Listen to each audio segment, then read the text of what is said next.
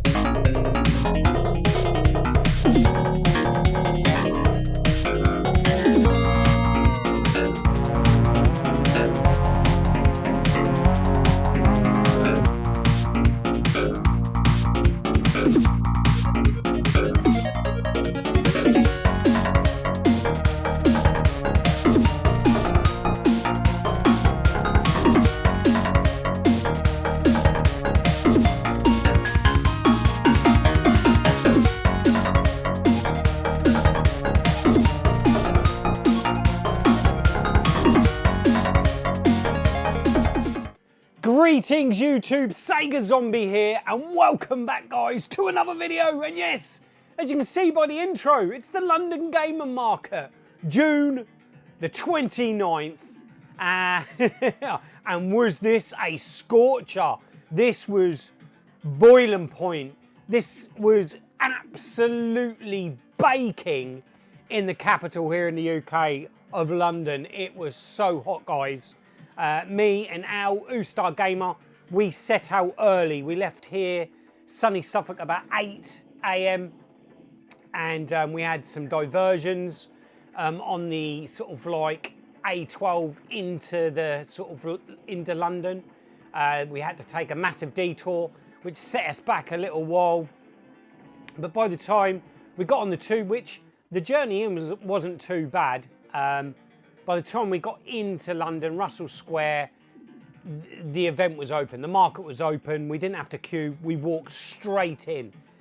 We got to meet some awesome people, which was a standout from this London Gamer Market, unlike some of the others. The last couple, there's not really been many people that I know there or I can chat to. You know, these events to me are all about the socials, even more than it is to buying stuff. You know, my main aim is to talk to people, meet people, other YouTubers, other collectors, other gamers, and this one did not disappoint. Even though we were all melting, we did have a really good time, and I got to meet, obviously I always travel down with Al, Ustar Gamer. He's an absolute star, that man.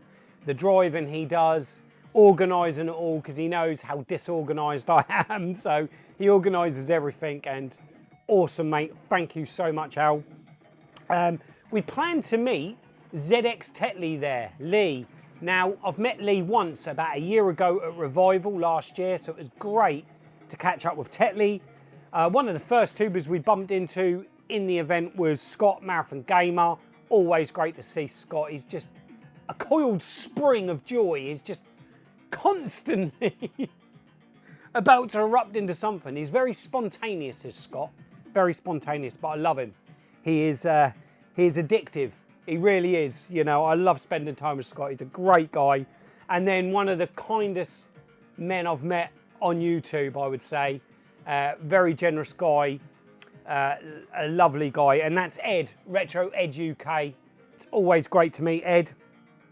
Tony, who I met at the last London Gamer Market for the first time. And he visited the Realm, actually, with Retro Chef. Tony, Whizbit Games. All of these channels, guys, I will link in the description below. All of that jazz. And also my good friend, and it was really good to see Martin. I think this done Martin a world of good to get out, socialise and be with some mates. And buy lots of Commodore, didn't you, Martin? Loads of Commodore. But yeah, Martin, the Hobby Lodge. And then I've spoken to this guy numerous times over social media. Watched his channel for years. And he's a Sega guy. He loves his Sega. So it was really good to meet Mike for the first time, Retro Gamer Boy. Now, we didn't meet him in the event, or Tom, Sega Head. We met them in a pub just round the corner from the actual market. Because, as I said, guys, it was roasting in this event. It was so hot. Now, the main room wasn't too bad because it did have aircon in there. This event wasn't as busy as the last event, neither. Definitely weren't as many people. I think the heat had put people off, definitely. But the main hall was bearable. It was the back room where poor old Tootie UK and Fob, Rob was set up. It was stifling in there. Stagnant, at times putrid air, because you can just imagine all that bodily odours. It was strong. I don't understand why they didn't get that sorted for them guys stalling out in the back there sooner. They were absolutely baking in there. It was so hot at times. I couldn't spare more than about 20 minutes in the back room at any one time. It was that hot. And I think that put a lot of people off. The main crowd stayed in the main hall rather than going in the back room, which was a pity and a shame for the guys that had travelled down and was setting up there. So I hope that gets addressed for future events. I really do. But like I said, got to meet Stu, Tootie UK. Again, it's always great to meet Stu. We always have a bit of banter, take the piss, have a laugh. And Fob, Rob. I didn't speak to Rob too much because he looked like he was about to erupt like a volcano at times. Bless him. I think he'd stepped into Tootie's shoes instead of being the miserable one. Tootie, the grumpy face. Tootie was actually really chirpy and really cheerful. But Fob, Rob was suffering. So I didn't pester him too much. I could see the heat was getting to him. And finally got to meet at every London Gamer Market is Ed Hunts. He's a character, he's a boy, he's a geezer. He is a geezer. He's done me some fantastic deals. We'll get to that later. And Coxie, One Up Gaming. Always see Coxie and Ed always stall out together. There was also some local chaps there. There was Alan and his son. They always stall out at the London Gamer Market. So it was great to catch up with them again because I hadn't seen them for a while. But guys, overall, a fantastic event. Again, you had some bargains. There was bargains to be had there. There was good prices. You could haggle. A number of us really were fruitful in the pickups that we got. But there was some extortionate prices as well. I'm now going to roll the second part of this video, the last part of the tour, and you'll see some amazing stuff, but some absolutely insane prices, guys. I think the heat was getting to some of these vendors' heads. I really do. Watch this. Fancy bumping into you here. Hello, boys. All right.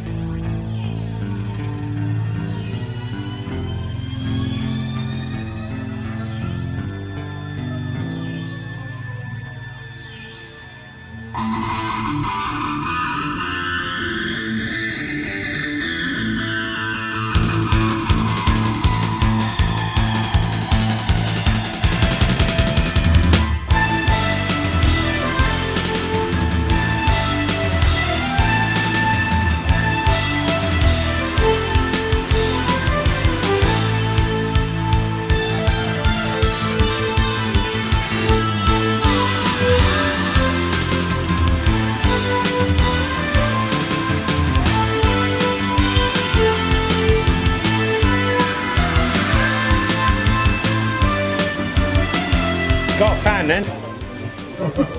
No, it's fun.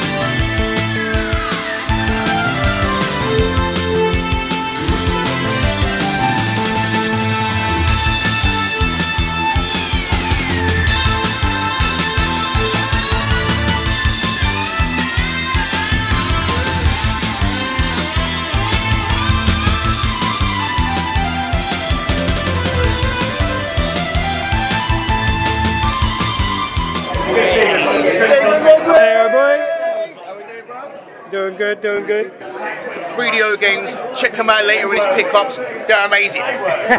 So there we go, guys. That was the London Gamer Market, 29th of June, 2025. Absolutely sweltering, but it was a fantastic day. We went out halfway through the event. We needed to get out, we needed to get a drink, something to eat. We found a local pub. We then had some rather expensive chips. I was shocked in the prices in London, I really am, but we got a bowl of about a dozen chips with the most minuscule amount of cheese put on top, and I think they were £7 a portion. But we ain't gonna go there, you know. That's the high prices. Them prices shocked me of the chips more than they did in the market, to be quite honest, because I think we've got used to that. But anyway, that's enough of me bleating on. Let's share with you guys the pickups. And as Ed Hunt alluded to in that video, is he has sorted me out an amazing deal on a load of 3DO games. Now, I didn't know whether I was going to go down the 3DO route, but I was watching Ed Hunt's video of about a few weeks back of him doing a shop tour of a massive haul that had come into his local sort of retro gaming shop. It's kind of like a pawn shop. It sells everything. I will put details below of the name of the shop and all of that, and a link to Ed's video where you'll be able to see this epic haul of lots of import games. So there was lots of NTSC, American, Japanese, covering the Dreamcast, the Sega Saturn, 3DO, Neo Geo. It was all there, guys. So yeah, I'm going to leave a link to Ed's video on that, because that is a watch. That is, you're seeing games that you don't often see here in the world in the UK. So yeah, guys, I reached out to Ed when he put that video up. I WhatsApped him and I said, Ed, mate, I'm loving the 3DO games, and bless him, he sent me videos and pictures of absolutely everything, all of the Sega. It turned out that I had pretty much all of the Sega that came in, but I was interested in the 3DO games, and he cut me a fantastic deal on these. A big up to Ed and the guys at that retro video game store, which I cannot remember the name of. Yeah, this heat, guys, I cannot remember what it is. It is baking in here. I've got to have a drink. It's got to be done. I thought I could do this whole video without having a drink, but that can't happen. Oh, Oh, I needed that. So this first bundle was pre-arranged a few weeks back, and because Ed's always at the London Gamer Market, he said he'd bring them along. I bring the cash. And this was a brilliant deal, guys. Way under what these go for on eBay. Because I've been watching a lot of 3DO stuff. But first up, we've got Quarantine. It looks like a mixture of FMV, drive and racing, sort of battling sort of game. It looked interesting. I don't know anything about it, guys, but these are in fantastic condition. And do you know what? I love these boxes. I really do. But yeah, there is that. Absolutely awesome box. So there we go. There is Quarantine. Then next up we have Way of the Warrior. Now, if I'm right in understanding it, isn't this something to do with Naughty Dog, this game? I'm sure this has got something to do with Naughty Dog. I could be wrong, guys. Let me know in comments. I'm sure it was an early one of their games. But Way of the Warrior, I know this is how can we say it? A bit of a mess, this game. It had so much promise. It didn't really deliver.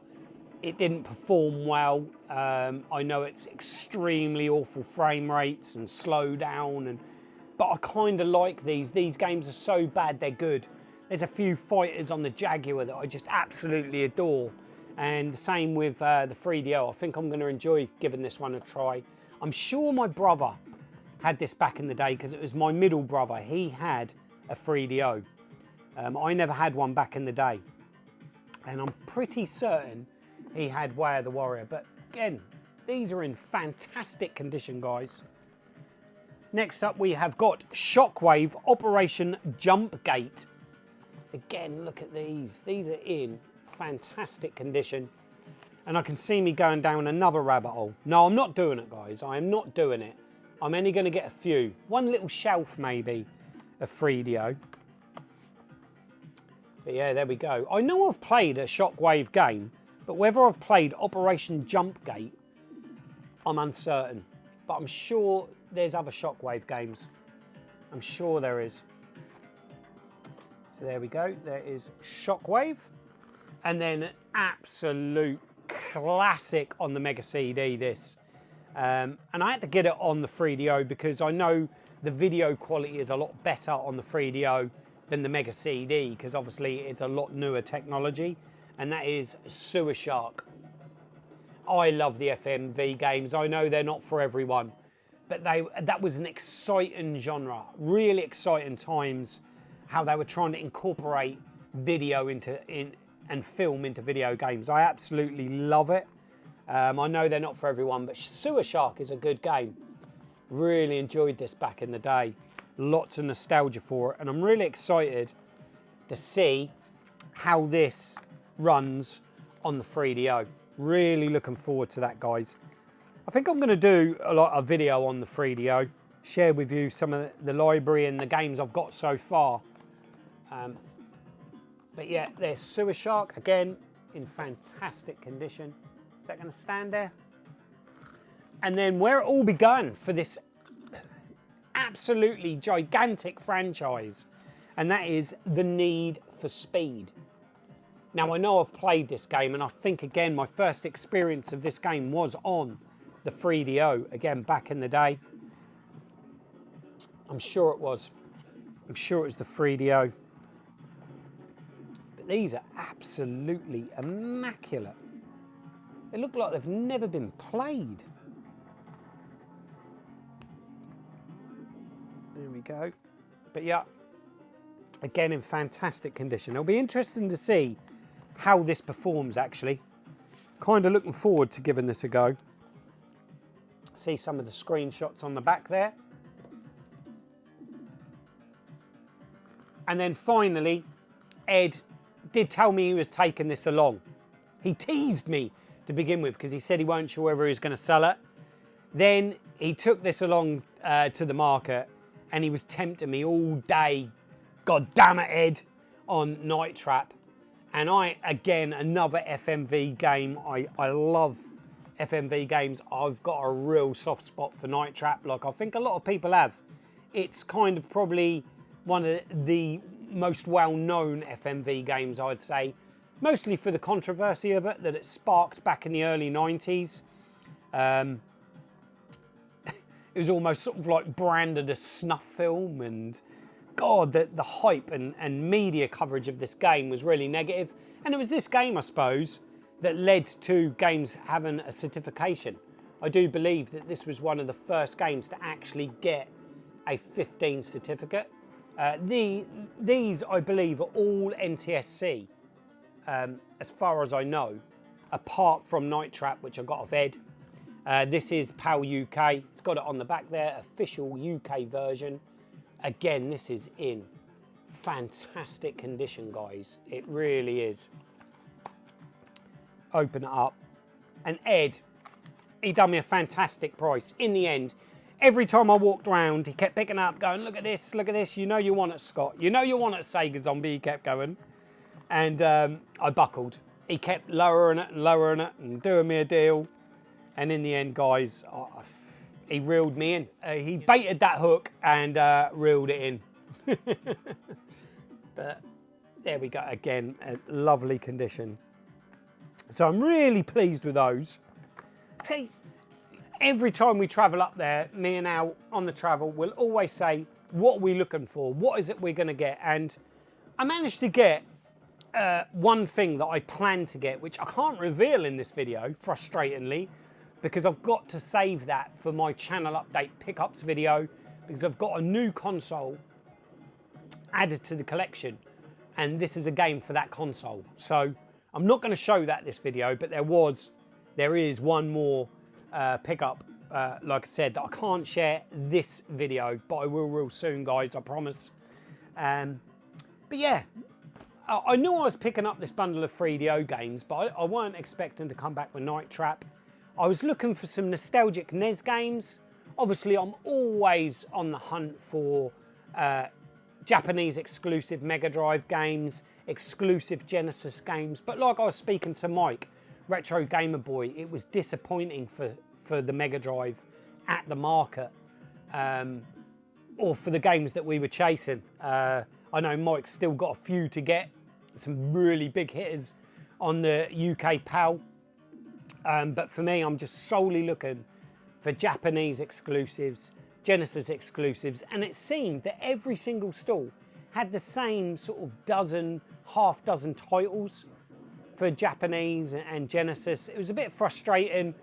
I'd like to see these markets cater more with Japanese and American stuff. I'm sure when I first started going to the London gamer markets many years ago now, there used to be an awful lot more Genesis games than what you're seeing now. Interesting one, that. But yeah, moving on to the next couple of games, and this was quite late on. You know, I picked up the bundle off Ed, which had been pre-arranged, and I walked around that market for a long time. I reckon it wasn't until I went in for the second time that I actually, after the pub, that I actually purchased anything. And my first purchase was these two. So the Goonies on the Famicom. I know the Goonies 2 was released here, which is not a great game. I've got it, I've played it. But Goonies is actually really good. So I did say to Al that I was looking out for this one, and I found it. It's not in the greatest condition. There's a bit of label ruffling on the top there. It looks like it's been picked at and then re-glued down. And then again, that my good friend Al's Arcade, Alex, loves this game. Always goes on about how wonderful this game is, and that is Devil World on the Famicom. Now you can see the prices on there, 15 for this and 10 for that, which are not bad prices for a gamer market. But I was cheeky and I said to the guy, would you take £20 cash? He said yes. So I got I got them basically both for a tenner each. This has got no insert, it's got no manual, so it is like having card only, but it has got its box.